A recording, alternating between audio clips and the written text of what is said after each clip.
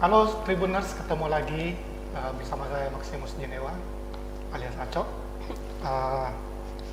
dalam Tribun Baku Dapa bersama komunitas Marijo Belajar.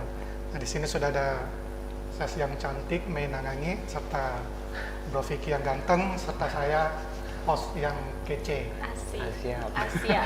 Asik deh. Sorry, saya memuji diri untuk keluar dari zona sama. Ya, zona nyaman. Sering kepleset. Nah, Tribuners mungkin di rumah pengen tahu awal mula komunitas ini terbentuk. Bisa cerita bagaimana awal mula terbentuknya komunitas ini, kemudian mungkin kesulitannya. Silakan. Oke. Jadi Kak, awal mula terbentuk itu tanggal 5 Juni 2020. Nah, 5 Juni. 5 Juni. Berarti baru baru ya? Iya, baru sekali, iya.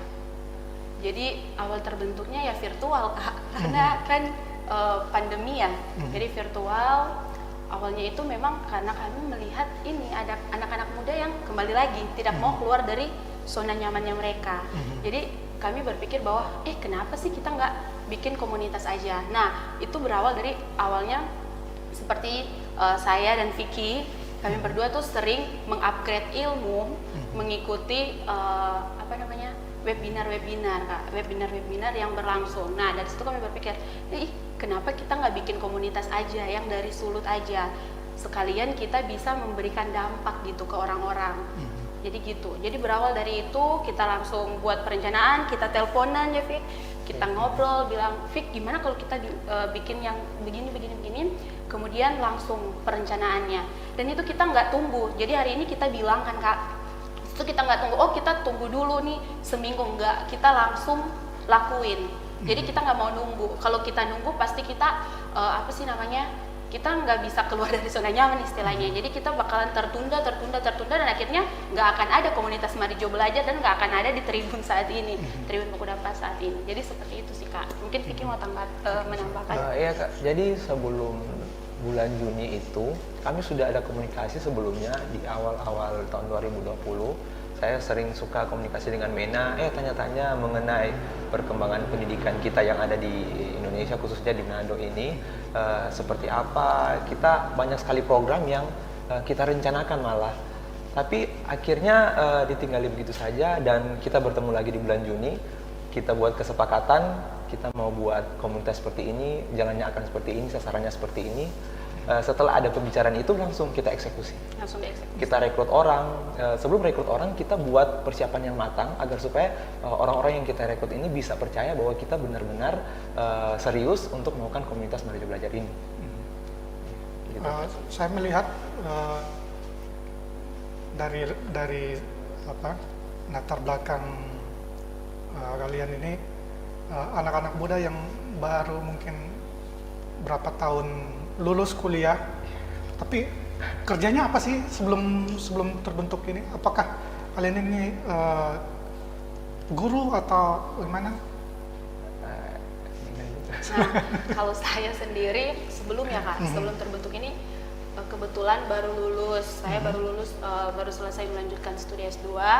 Kemudian terpikir untuk membuat komunitas ini. Sementara Vicky ini sudah menjadi seorang aparatur sipil negara, udah ASN. Ya seperti itu sih Kak untuk latar belakangnya. Nah, termasuk dengan teman-teman kalian yang mungkin juga sudah mungkin sudah ada yang bekerja seperti tadi kalian sebutkan, sudah ada yang kerja, mungkin ada yang mungkin masih SMA. Nah, kalian menyasar anak-anak muda ini keluar dari zona nyaman. Apakah kalian tidak mengganggu? Oke. Jadi sebenarnya kita rekrut orang-orang untuk gabung dengan komunitas Marijo Belajar. Kami mempertimbangkan beberapa macam aspek.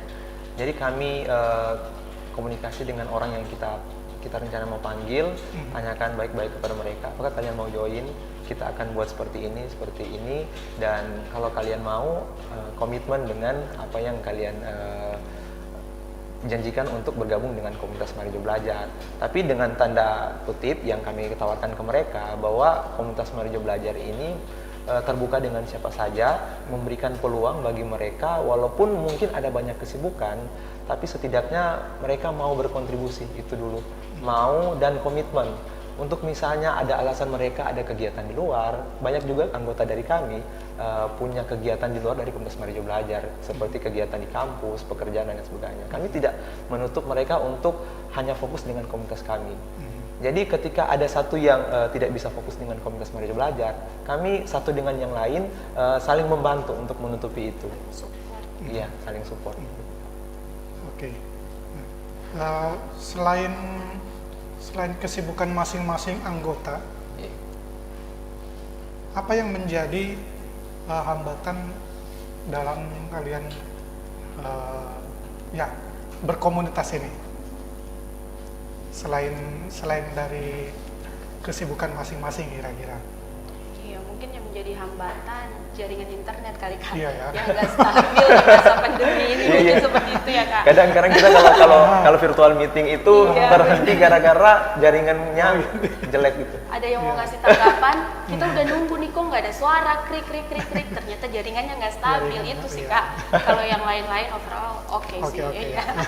Itu sih Kak. Jadi kendalanya karena kita kan komunitas berdiri sejak pandemi COVID, jadi mengharuskan kita untuk bekerja secara virtual. Jadi tidak ada pertemuan tatap muka secara langsung, kecuali ada hal yang mendesak, kita tetap muka secara langsung, tapi cuma oknum-oknum tertentu saja. Jadi tidak semua. Jadi selebihnya itu kami bertemu secara virtual, kami melakukan rapat secara virtual.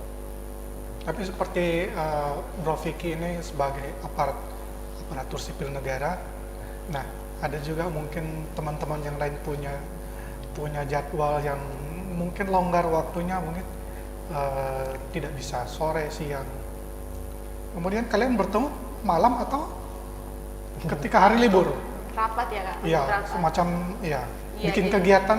Oh, untuk kegiatan-kegiatan dan lain sebagainya, ini Kak, karena mereka kan sudah memberi diri. Jadi untuk kegiatan, oh kita mau melaksanakan kegiatan tanggal begini, kita bilang dulu ke tim, bisa nggak vote gitu. Jadi ini bisa, oh kebanyakan bisa, berarti kita langsung bikin Iya. gitu kan. Ada Iya, voting gitu. juga Iya, ada juga, voting ya. dulu Kak. Jadi nggak seenaknya, oh mau bikin, kan kita melihat juga kesibukan dari masing-masing Masing-masing, tim. Iya, iya. seperti itu sih Kak. Gitu. Oke. Terus biasanya kalau kita mau melakukan kegiatan, ada rapat kan Kak. Nah, jadi kalau misalnya rapat dan persiapan kita, biasanya kita manfaatkan waktu di luar dari jam kerja. Iya. Jadi biasanya sore sampai malam. Sempat kita kalau mau rapat, tanya dulu, kalian misalnya jam berapa? Dan itu biasanya rata-rata di atas jam 9. Kadang rapat kita habis jam 10, jam 11 begitu. Dan kadang juga kita harus bekerja di Komunitas Marijo Belajar di waktu weekend kita. Iya. Tapi mereka juga saya tanyakan, kalian sepenuh hati nih nggak bekerja nih? Bekerja dengan- Katanya mereka sepenuh hati juga. Karena punya keterbebanan yang sama itu Kak, yang membuat, yang mendorong kita apapun yang mungkin tersita waktu atau gimana, tapi selalu enjoy melakukan itu. Oke. Nah, ada tidak yang mungkin dari bulan Juni ya? Iya. Juni sampai Oktober ini ada yang mungkin sudah merasa bosan, belajar terus dari SD sampai sekarang belajar terus. Mungkin pengen ketemu, pengen mungkin jalan-jalan. Sempat nggak terlontar semacam ya tanda kutip sih sebenarnya keluhan Keluhan untuk belajar ya Kak. ya, atau mungkin aspirasi. Ayo dong kita jalan-jalan. Iya. Iya sih, kalau untuk aspirasi untuk misalnya jalan-jalan kuy gitu kan anak muda, oh bisa kapan? Tapi karena memang masih COVID, kita masih pending dulu. Jadi ya tetap Kak, kita masih belajar karena kalau saya pribadi sih nggak ada kata bosan sih untuk belajar seperti itu. Iya benar Kak. Memang kita walaupun di luar sana banyak peserta yang tahu programnya kita itu BIMO, webinar dan sebagainya, tapi mereka nggak tahu bahwa di dalam komunitas kami, di grup WhatsApp kami sering bahas mengenai yuk kita liburan kemana. Iya, benar. Rencananya Desember kita mau ketemuan buat sebuah kegiatan yang bisa satu tempat kita bisa bertemu langsung, saling berbagi kisah. Iya. Gitu.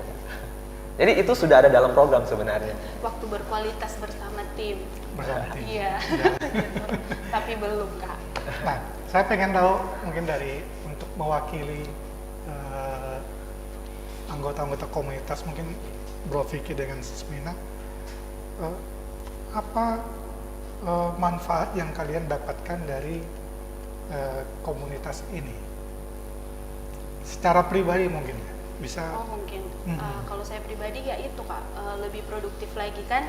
Selain lebih produktif, bisa menambah relasi. Yang tadinya kita nggak kenal ini, kita bisa kenal ini, seperti itu Kak. Jadi produktif dan bisa menambah relasi. Seperti itu. Dari saya sendiri Kak, malah ketika komunitas Marijo Belajar hadir dan saya terlibat di dalamnya, saya merasa bahwa diri saya tertantang. Ketika diri saya tertantang, itu berarti ada banyak level-level yang harus saya naik terus. Dan dulunya sih Kak, ketika belum ada komunitas Marijo Belajar, saya sering suka terlibat dalam main-main game, menghabiskan waktu yang gak jelas di situ.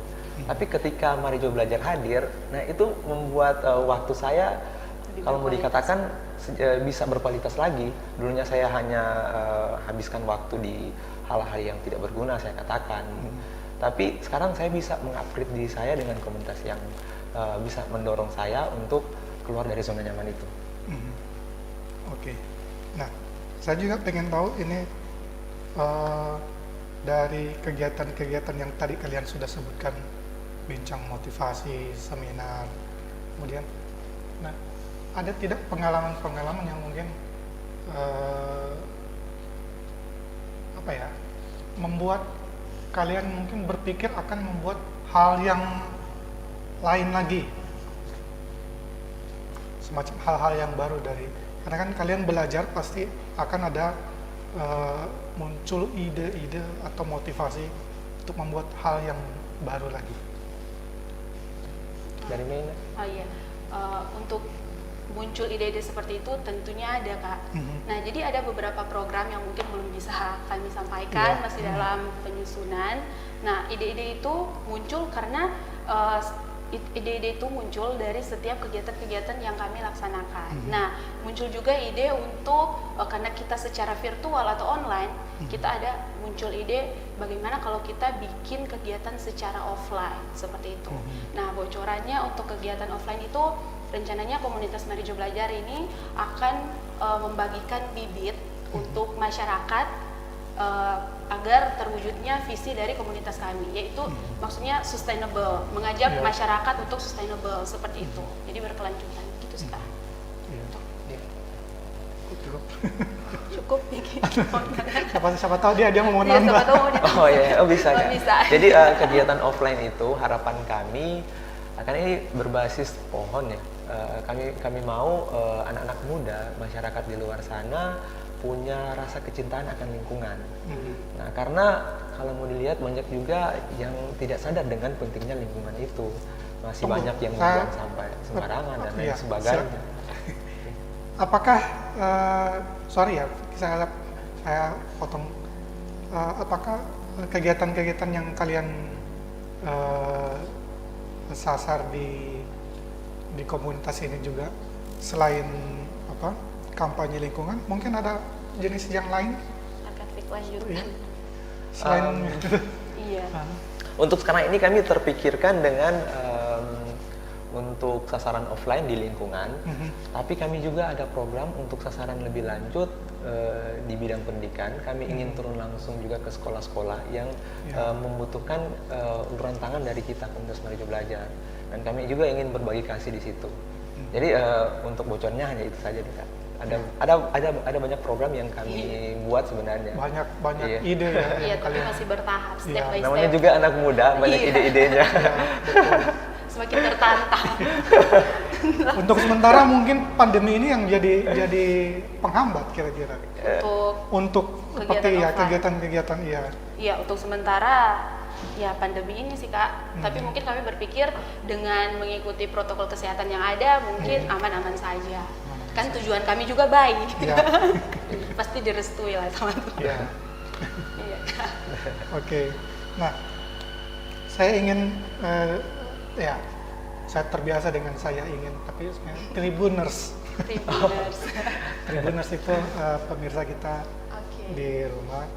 Tribuners juga pengen tahu karena ini komunitas ini kan terbentuk di masa pandemi. Iya. Nah, terbayang tidak ketika pandemi ini berakhir dan komunitas ini mungkin apakah akan menghilangkan pertemuan-pertemuan virtual lebih banyak itu atau bagaimana? Oh, kalau jika pandemi ini berakhir, semoga cepat berakhir, Ya. kami tidak akan menghilangkan hal yang seperti itu. Mhm. Karena dengan pertemuan virtual ini, kami bisa menjangkau lebih banyak lagi generasi muda yang ada. Karena kalau misalnya kita lakukan pertemuan secara offline, mungkin anak sulut aja. Nah, kalau virtual kita bisa mencakup anak-anak yang di Pulau Jawa, di Sumatera, dan Iya. lain sebagainya seperti itu, Kak. Jadi kami akan tetap melakukan pertemuan-pertemuan yang seperti itu, virtual.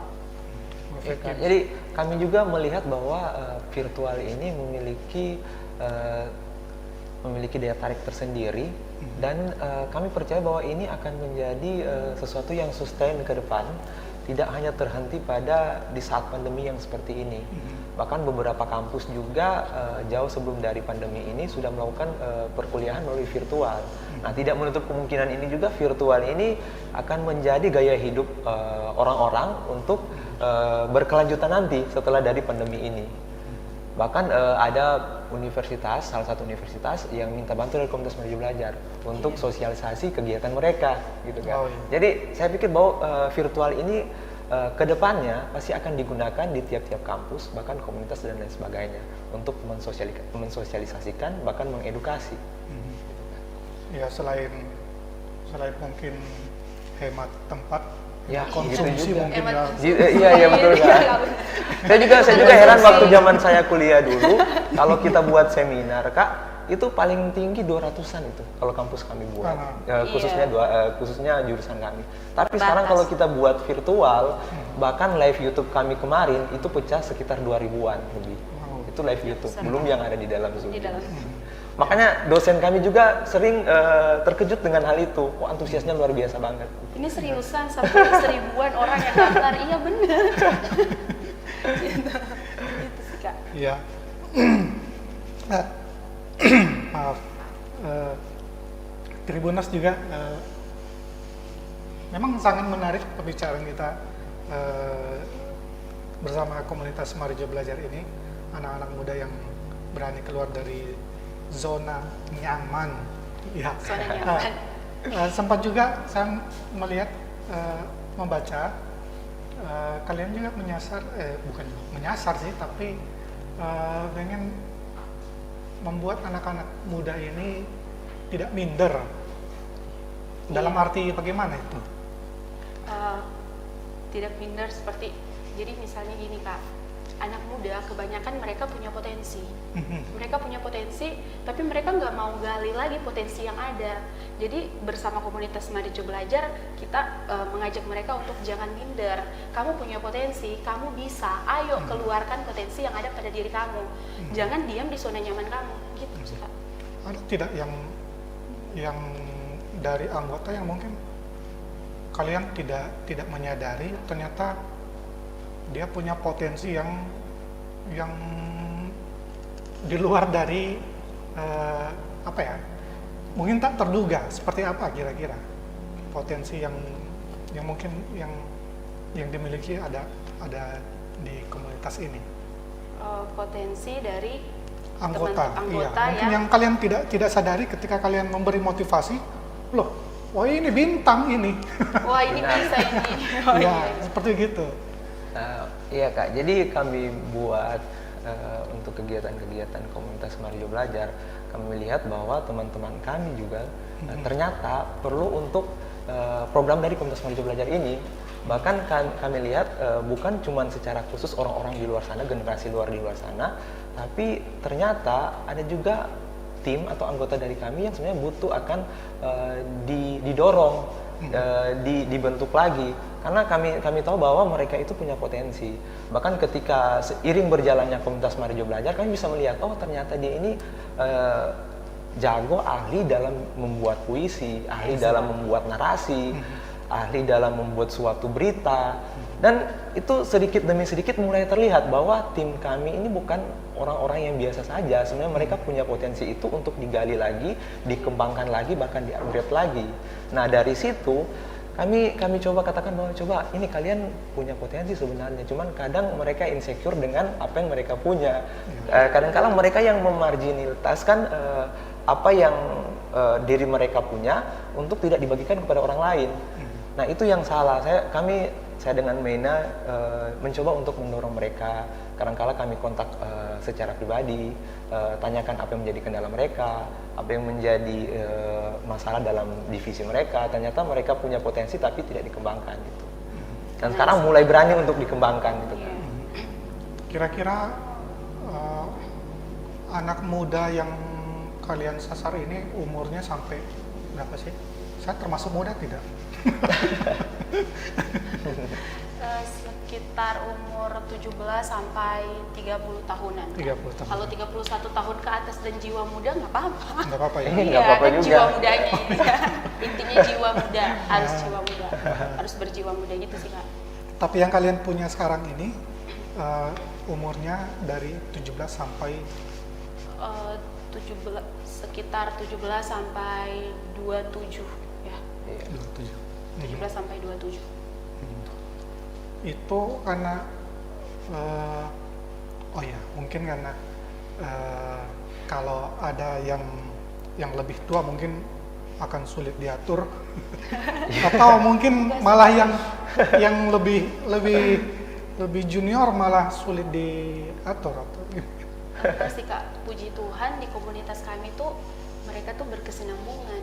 Jadi walaupun mereka lebih tua, tapi gimana ya, lebih sering memberikan masukan. Jadi kita saling support, nggak ada yang oh saya tua, kalian harus dengar saya. Nggak seperti itu, enggak.